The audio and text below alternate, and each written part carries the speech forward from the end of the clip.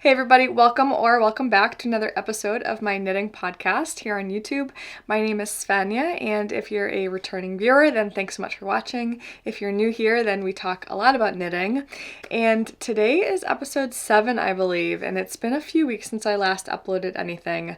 I'm still kind of figuring out my rhythm here in terms of what frequency I want to be posting videos. Honestly, it's driven a lot by just what kind of free time I have, and March was a really busy month for me, and I'll get into a few of the things that I was doing keeping me busy and away from making a video. But I actually just came up on my 6-month anniversary here on YouTube, so that's something to celebrate. And yeah, it's getting a lot easier to get in front of the camera and talk to an audience. It's not easy. If you're curious, then I really recommend you give it a try just to feel what it feels like to talk in front of a camera. It's not as easy as you may think. So anyways, I'm back today. I'm really happy to be here. It's kind of like a rainy, dreary day and perfect to knit and kind of catch up on some chores around the house, which is exactly what I'm doing. So today, I want to talk a little bit about what I've been doing over the last month. And the last episode, I was talking about some knitting gifts that I had made for friends, and those have all made it to their respective locations, and they loved them. So I was really happy to have successfully gifted some knitted items away. And I also had filmed my yarn stash video where I kind of reorganized some of my stash. As you can see, it's kind of in the background here. And you might notice if you did watch that episode that these bins here are new. And that's because I got a lot of feedback from the yarn stash video and a lot of questions on whether I had ever dealt with moth problems. And personally, no, but I gotta knock on wood because that's like every knitter's worst fear. And it just kind of got my wheels spinning a little bit because, you know, previous to these like plastic bins, I just had my yarn open and exposed. And this room that I'm in here is, we call it the den. It's like a room above the garage, and it does have its own heating zone. And we do put an air conditioner here in the summer just because it gets so hot, and we have like some electronics and that sort of thing. So we don't heat or cool it all the time. It's only kind of when we're in here. However, I got a little nervous, honestly, about potential moth infestations and did a lot of reading, you know, went down a rabbit hole on Reddit and read a lot of horror stories about stashes just being completely ruined in terms of just moth holes. And I need to do a little bit more research on why moths like wool in the first place. I do keep a lot of like cedar products around, which I know can deter them. But I ended up having a really bad dream about moths, which is so ridiculous. But I woke up and I said, you know what? I'm just gonna bite the bullet, and reluctantly went ahead and bought some of these plastic Tupperware here and reorganized my yarn again. And even though it's not as aesthetically pleasing as it was before, and I can't like walk by and pick up a skein and like look at it like I do a lot of the time, I at least now know that my yarn is safe. And I would really hate to have kind of just a bad situation, a bad day, if I were to ever find holes in my precious, precious yarn. So that's what I've been up to recently in terms of knitting yarn activities. And then through that process, I also again weeded out a lot of the yarn that I'm looking to donate and sell. So I got a lot of feedback after posting an Instagram story about how to do a like destash sale. So I'm still in the process of taking pictures of what I will be listing, but I think what I'll probably do is post like an Instagram story with like prices and where I will be willing to ship, because unfortunately shipping worldwide is really expensive and I can run into issues with customs, which been there, done that. I would like to avoid, especially if I'm just trying to like let go of and destash a lot of my yarn. So if you're interested in seeing what I have, then just kind of stay tuned. I don't really know the timeline of when I'll be able to do that, but I do have that kind of as like a spring cleaning to-do list thing. So yeah, in doing that, I was honestly a little overwhelmed with how much yarn I have accumulated. And a lot of my stash is from previous like affiliate marketing type brand deals where I've received a lot of yarn support. And some yarn has been gifted. However, it's still a lot of yarn in my opinion. And stash, that's a very personal topic. I'm not going to get into that today, but I felt a little overwhelmed with how much yarn I had. And I know there's a lot of, it's very popular right now, or this year specifically, a lot of people on YouTube have been making videos about destashing. Specifically, Nitty Natty is like a leader in this topic. So shout out to her. I've gotten a lot of inspiration of how she, very mindfully uses her yarn, and I just kind of like reconnected with some of the yarn that I had and ended up making some plans for future knits. So I do plan on kind of going through again and maybe like writing down on an index card or a sticky note what projects I had in mind for whatever yarn I had, and maybe like putting elastic around it. So that way the next time I go through, I can like kind of see it and get some ideas, because I do spend quite a bit of time brainstorming projects. It's a lot of the fun in knitting, I think. So anyways, I have a little bit of that to show you later on. But first I want to talk a little bit about end of February, early March, I taught a knitting class at the hospital that I work at, and I had posted on my Instagram a few pictures of the like knitting kits that I had made for beginners, and just wanted to kind of share that with you today. I don't have any of the kits with me because they're all they've all been distributed because the class is now over, but long story short, I work at a hospital. I'm a nurse practitioner and was approached by our wellness committee to teach a knitting class after, kind of making it known that I knit, and I do like to teach. I like to teach knitting as well, though I have not like formally taught any type of knitting class. It's always just kind of been like one-on-one with a friend or something like that. So anyways, I thought for sure, no problem, I'll teach a class, maybe expect like, 10, 15 people maximum to want to participate. And so kind of made rough plans to teach like a beginner style 2-session class where the first 2 hours, so like it was 2 separate sessions after work, like normal working hours, for 2 hours each. And in those first 2 hours, my plan was to teach essentially casting on and the knit stitch, and then the second session, with like a week in between, would give the participants some time to work on their skills that they had learned, and then the second half learn how to purl and then cast off.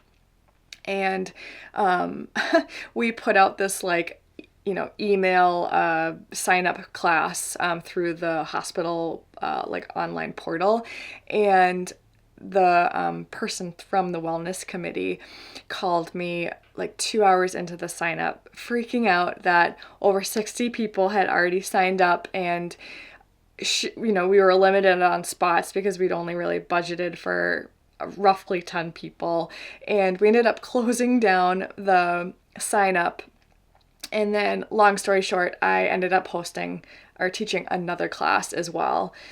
So that was quite the experience because there's no way I could have taught, we broke it up into 30 people for one class, 30 for the next. Teaching 30 people how to knit in 2 hours is like impossible. Because knitting is such like a one-on-one thing. And anyways, I had like made some videos and ended up using some other videos like through YouTube in terms of like instructional things. So I showed those throughout the class and kind of had the participants follow along. And then thankfully I had a few people that offered to help. And we were able to kind of make our way through the class and help people individually. Anyways, it was mind-blowing how many people wanted to learn how to knit. People all ages from all different departments in the hospital. People just seem to really love learning a new skill. And of course, that's not a surprise to me. I love to knit, obviously. And it was so much fun seeing the joy in people's faces, just learning how to like successfully knit an entire row and then the questions, that came up as well were just really heartwarming, because, people have been doing some research online and found out about circular needles and different types of yarn and just, the topics are endless. So yeah, that was a ton of fun. I am hoping to start like a knitting group at the hospital that meets maybe like once a month for a couple hours where we can all sit down, knit together, do a little bit of knitting support, maybe do like, a yarn swap or something like that, keep it really fun. So that was a really cool experience. And I just had a lot of fun with it. I learned a lot about teaching knitting because it's so intuitive, for me, because I've been knitting for so long, but just talking through the steps and explaining like tension, and there's just so much you have to do and try out yourself and learn kind of on the go. And people in healthcare are so type A and want to learn it like right away and get it right. So trying to like work through that with people's confidence and perfectionism was kind of funny. So anyways, that was a blast. I really hope to do that again, maybe like the fall. I think the fall would be nice, like to transition into the colder months. So yeah, it was a blast. And I will, maybe I can put together what I specifically had available in the kits, because I know I had a lot of questions about that. It was essentially like, a pair of straight needles, a ball of bulkier yarn, and then some other like little goodies. So yeah, if you have any questions about that, then be sure to comment and I can hopefully help you. The other thing I wanted to talk about, which I've been kind of teasing here and through social media, is the fact that we went to Ireland, which was a blast. My husband and I went for a few days. He had like a semester-long international business class, and part of that requirement was actually going over to Ireland and learning about the businesses and kind of doing some of the class over there. I don't know all the details. I just went for fun. Like towards the end of his week-long class, I joined him and he stayed a couple extra days after that. And the reason I'm telling you about this is because I was able to wear my cabled cardigan that I was working so hard on. And I talked a lot about this cardigan, and I'm not going to bore you again, but I'll like overlay some pictures of me wearing it. I didn't get any great shots, but it got a ton of wear. I wore it on the plane both ways, which was perfect because when I got too hot, I was able to like crumple it up together and use it as a pillow.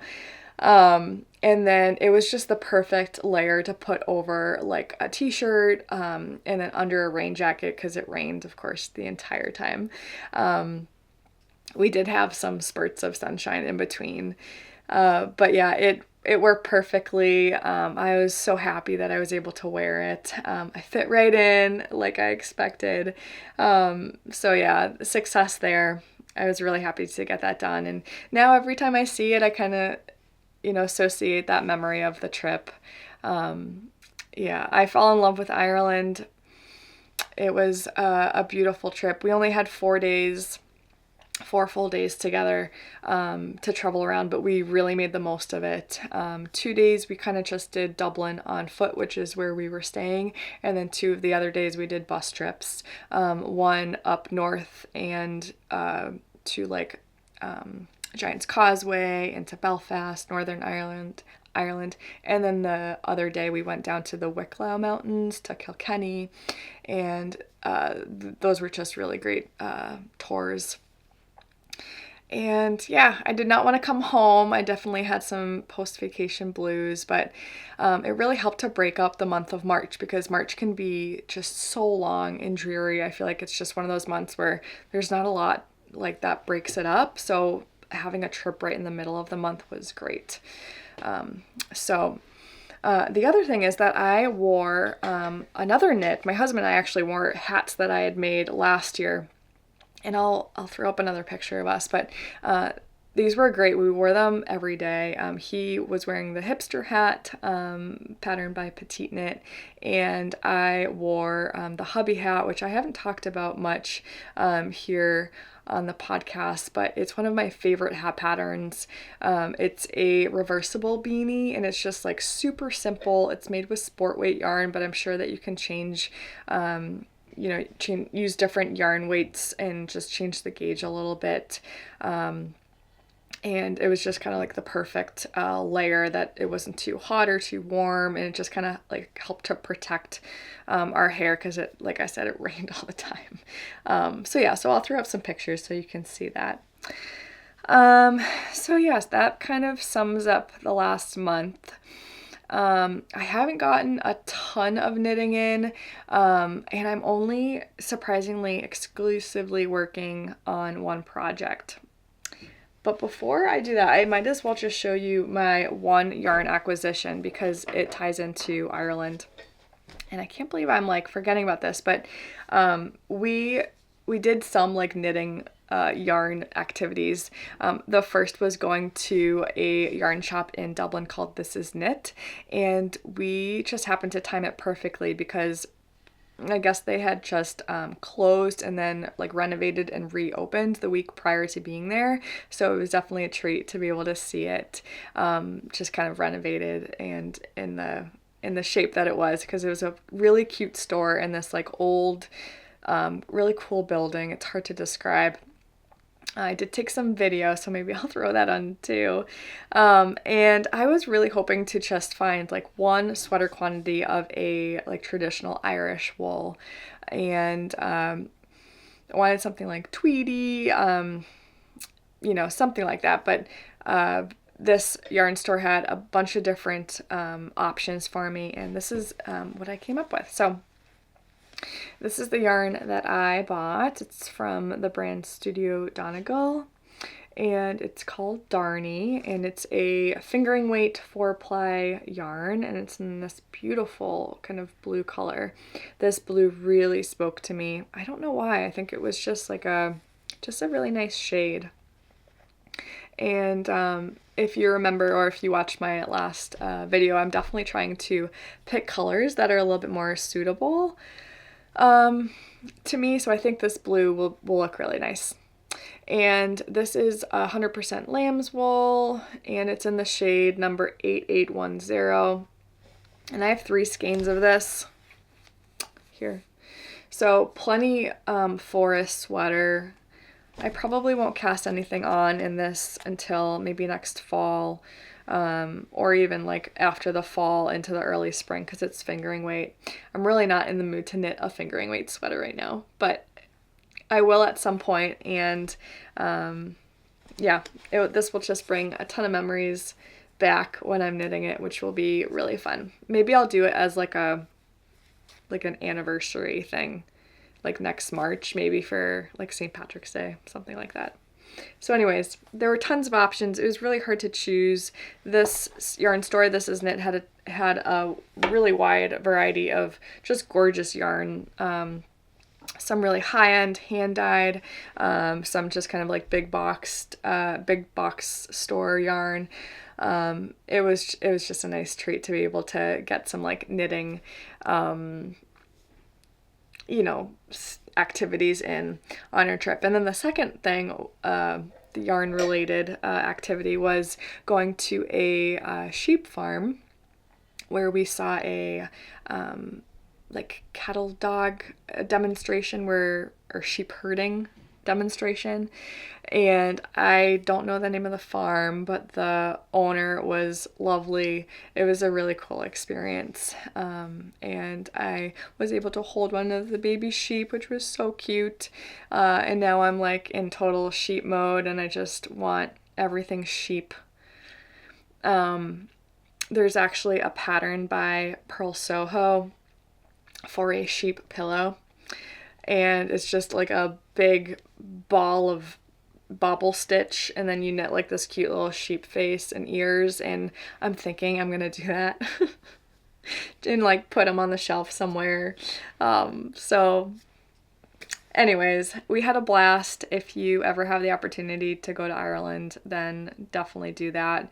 The people were so nice and friendly. The history is so rich, and it was really powerful to learn about, a lot of the conflict between the North and the rest of Ireland going on. And then just having the experience to go to like the Book of Kells and see Trinity College. And then of course like the pub culture is just amazing. We heard a lot of live music, and I had some delicious fish and chips, and yeah, it was just a really great time. Okay, well, moving on to, like I said, my only whip. And I'm not going to talk too much about this in detail because I'm actually making an entire vlog video where I show the making of this project. But for the sake of a podcast, I figured I'd just share what I'm making. And that way, if you have any questions about this, then maybe I can add that into the actual vlog, because I've already gotten a few because I did tease this on my Instagram. So there's a little background to this project, and that kind of explains why I'm making an entire video. So I had a great opportunity come my way a couple months ago where a yarn studio reached out offering, to kind of partner together, offer some yarn support in exchange for some content, and I happily obliged. And this store has a lot of Noro yarn and is a flagship store for this brand. And Noro is a brand I've never worked with before. I've always been curious. It is a Japanese yarn brand that is known for just really unique, high quality yarn. I'm gonna take some drink. Okay, talking really makes your mouth and lips dry. Like I was saying, they have Noro yarn, and I took it upon myself to use this opportunity to kind of experience a brand new yarn that I've never worked with before.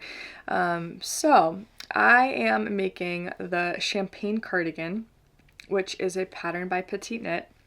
And I've talked a lot about this pattern, mainly because I've really been kind of in a cardigan kick and loving the like oversized look.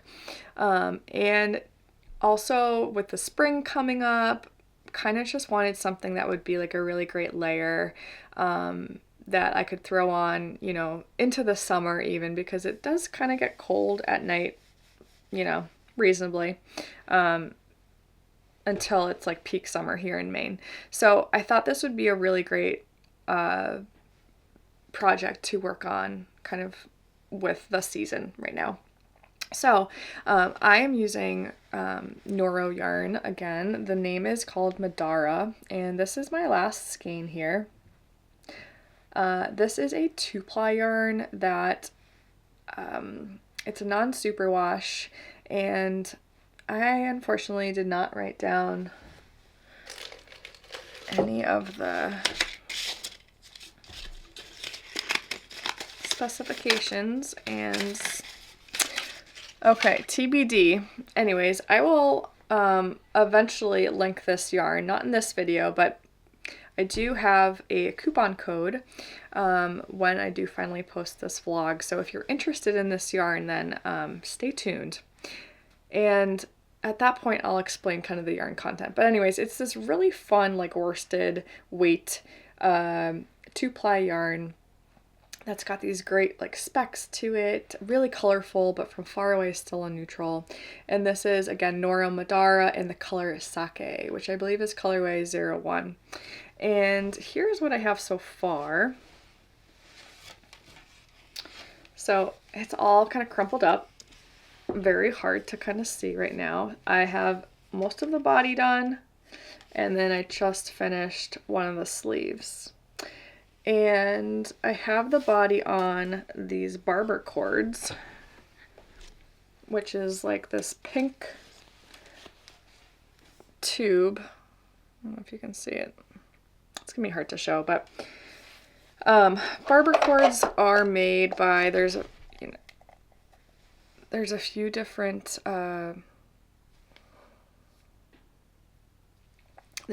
manufacturers. I'm using, they're called the Knitting Barber.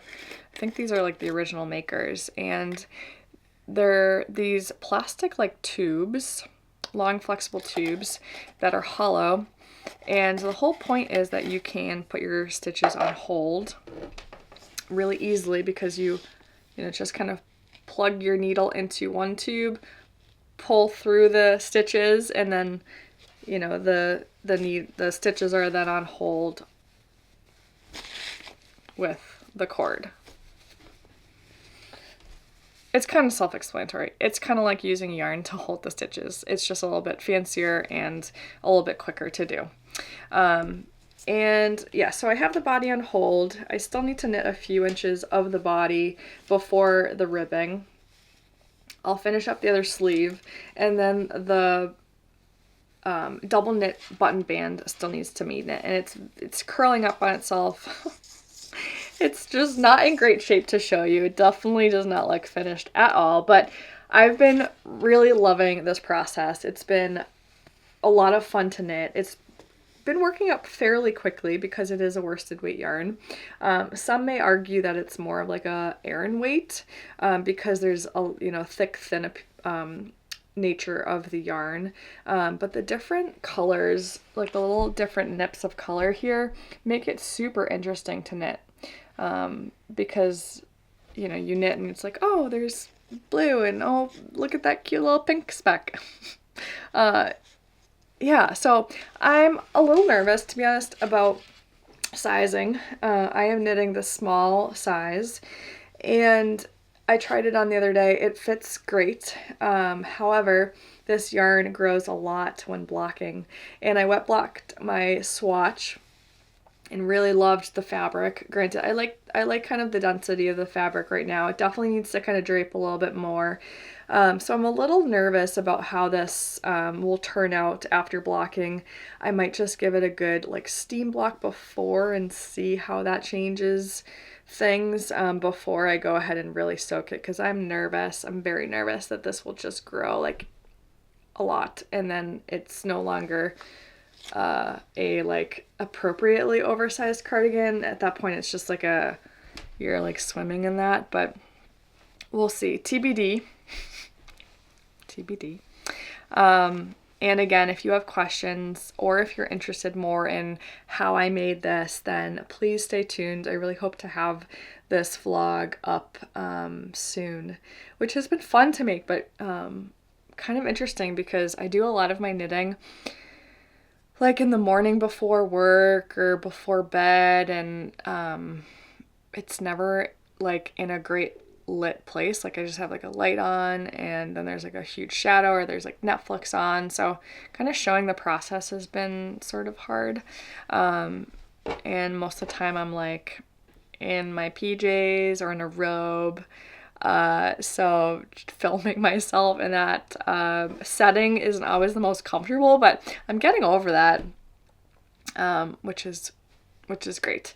So yeah, I'll show you a little bit more of like behind the scenes, how I make my sweaters, what my process looks like, and hope that gives maybe just like some tips or tricks to people interested. Yeah, we'll see how it goes. All right, I didn't even explain what I'm wearing, which I might as well do now. So all over the place today, which is totally fine. This is a sweater, and I picked it because I think this is my most like spring style sweater, probably because of the color and like maybe the cute little bobbles here. It just is a little like feminine, and yeah. This is, and I had to look this up because it's been several years since I knit this. But this is the Simone Pullover by Gavriella Knits. And yeah, it's a yoke style pullover that has this just really great texture with these little bobble stitches and kind of like a chevron pattern here. And yeah, I knit this in Knit Picks Preciosa Tonal in the color Purple Haze, which is a worsted weight single ply yarn. And this sweater got, I'd say, a decent amount of wear in the first year that I made it. I haven't worn it recently, and I also haven't de-pilled it recently because, I don't know if you can see that. Like, look how bad the pilling is. And that makes sense because it's a single ply, like really fluffy merino wool. So I was expecting it to pill. I don't think I'd probably use this yarn again, but it is really, really, really, really soft, and it's warm. And I think it worked really well for this, this knit. Yeah, I'm really happy with it. It fits me well. It was fun to knit just with all the different like little, you know, accents going on. I know it's been a while since I looked at the pattern, and part of me, now that I'm talking about it, thinks that it actually might not be available anymore in Ravelry. I'll link it anyways, and I do have a like project on Ravelry where I wrote down kind of the details. There is if I remember correctly, there's a short sleeve version as well. So you're kind of getting both the tank and the long sleeve as two patterns in one. And I've actually been thinking about maybe making this again, but in a short sleeve version, and potentially in like a fingering and merino yarn combination held together. So I think that would be kind of cute. I don't know what I would use. I really haven't looked in my stash for anything, but that could be really cute. So that's my sweater. And yeah, on to some of those knit project ideas that I was talking about. So usually I am someone that picks a pattern first and then the yarn, but like I said, because I'm making an effort to use my stash yarn, I'm kind of doing the opposite, which is a little challenging because I don't have necessarily sweater quantities in all the yarn, obviously, and it gets a little challenging when I only have you know, enough yarn to either make like a shawl or a tee, because I'm traditionally a sweater knitter. I don't really love working with more spring and summer yarn blend or yarns, fibers. That's the word I'm looking for, fibers. Like cotton, linen, bamboo. I just don't love it. I don't think I don't love it. I just don't think I have enough experience trying out different yarn. So I don't know if I can truly say that I don't love it. I just prefer like animal fiber, natural fibers, woolly wool. I would rather maybe like take a break knitting heavier wool projects through summer months, and then like start again in the fall. So what I'm basically doing now through my stash, which I have a few options that kind of are, would be okay to wear in the spring. But it could be that I just hold off on knitting any garments and work on accessories, which is exactly what I'm planning on doing. But there is one tee pattern that I'm hoping to do, and that is, and I'll kind of put a little scrolly phone thing here to show you what I'm looking at, but I'm looking to cast on, and this will be right after the cardigan that I'm working on, is the Moonset Tee by Ozetta, and this is a super popular pattern, which I get why. It's really cute. It's simple but interesting with a little V-neck neckline. It's a top-down pattern. It's got this cute little drop shoulder finish, not drop finish, drop shoulder design with an I-cord finish. So it's just classic, feminine, and I think it would be a really great like spring summer knit. And I have this in my stash here, so I've already caked it up. I have 3 skeins of this yarn, and it's called Juniper Moon Patagonia Organic Merino, and I actually have another skein of it in a different color that still has the label. So this is what I'm talking about here. This skein is in the color Sand, and then my skein, I have 3 of these. This is in the color Purl, which is like an off-white, it's a woolen spun yarn, so it has like a little bit of gray in it. Not quite sure if you can see that. There's a little bit of variegation in the yarn, just a tad.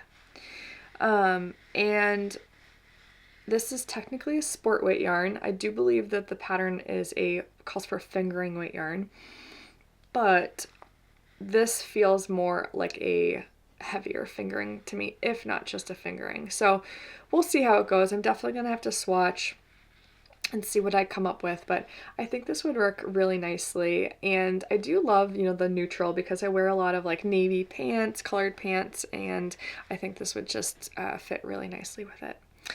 So that is my tee that I am hoping to knit. We'll see how it goes. There's a lot of really cute knit tee patterns out there, and I did recently like reorganize all of my Ravelry favorites and make some bundles, and I will link those under in the description here, because there's just some really great patterns out there. So if you are looking for or not looking for, but if you're interested in kind of like the simpler designs, sort of, share my type of style, then you might find some good inspiration through that. So that's my only really garment that I am planning to knit this summer. Because of how much cardigan knitting I've been doing, I honestly need a break from like big garments. I think it might just be how much purling is involved in a flat garment. I'm just really looking to like take a break maybe from bigger knits and really work through my stash and make some smaller projects. And that leads me to some sock knitting. And I haven't knit socks since, actually I knit some socks for Christmas, because socks are just wonderful gifts, I think. But I pulled out some socks that I made 2 summers ago, in some of the yarn that I had dyed when I was still dyeing yarn. And they're definitely summer colors. They were from like my summer collection that I had dyed. And I think that what I'll do is I'll knit a few socks this spring. So these are the socks. I'm going to show you them here. And they're super bright colors, super inspired by summer. And these are all patterns from Summer Lee Designs, who is primarily a sock knitwear designer. And these are her basic I'm So Basic socks, which is a free sock pattern. That's the pattern that I recommend to everybody who asks me about socks, because not only is it a fabulous pattern where it has like pictures and, you know, just beautifully written step by step, clear instructions, but there's also a video component to it too. So if you're a very visual person, which a lot of knitting folks are, then I just think that this is an amazing pattern, and they fit beautifully. So, you know, here I am using 2 different yarns. One has like, you know, some stripes at the top. And then this one is just kind of plain accent toe. And then here is the same pattern, but I just made it a shorty sock and added a little pom. So I'm really thinking that maybe I'll just pick out some single fingering weight skeins from my stash and just make some socks, enjoy the process. And I did pull out 2 skeins to show you. So these are probably what I'm going to be using first. These are both by Emma's Yarn. And I picked these up on, I believe it was a trip that we did, I think maybe North Carolina. We were driving through and we stopped at this really cute yarn shop, and this yarn is just what spoke to me at that time. So Emma's Yarn, these are both on the same bases. They're her super silky sock base, and she has some fun colorway names. This is called Tropic Like It's Hot, and just like, how pretty is that? My camera's really not focusing well today, but just like fun, just rose color with some specks of green. This just reminds me of like a garden. And then this is called Endeavor. I don't know why I said it like that, but this reminds me of like Elsa and Frozen and Disney.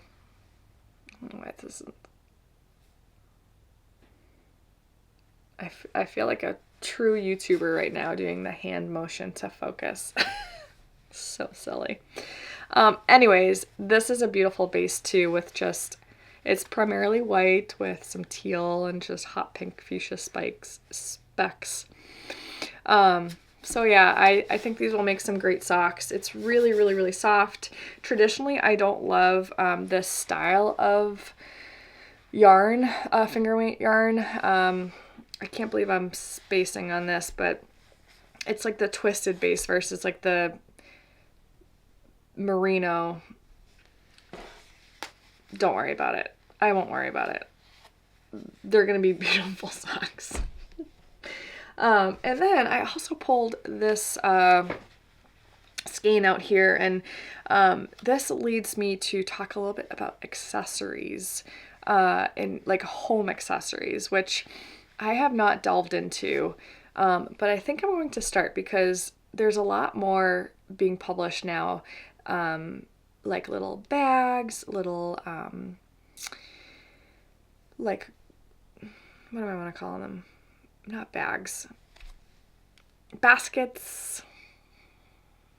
I don't think I'm using the right word, but anyways, home decor items. And I have some like unique single skeins in my stash that I think I could use, like this one here. So this is was a skein gifted to me by one of my knitting friends.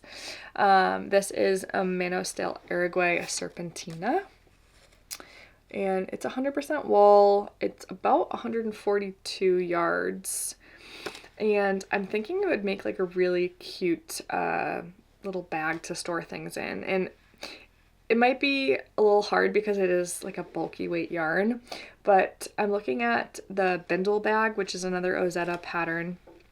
It's probably not going to work great for this, but something similar where it's a little piece of decor, because I don't know what else I would make with this. Maybe like a little hat or something, but I think it would be better suited for just something fun, because like look how fun all those colors are and interesting. Yeah, maybe I'll make it for like one of my nieces or something. I think it would be cute to have like a little bowl, or you know what I'm saying. I can't believe I'm blanking on this word.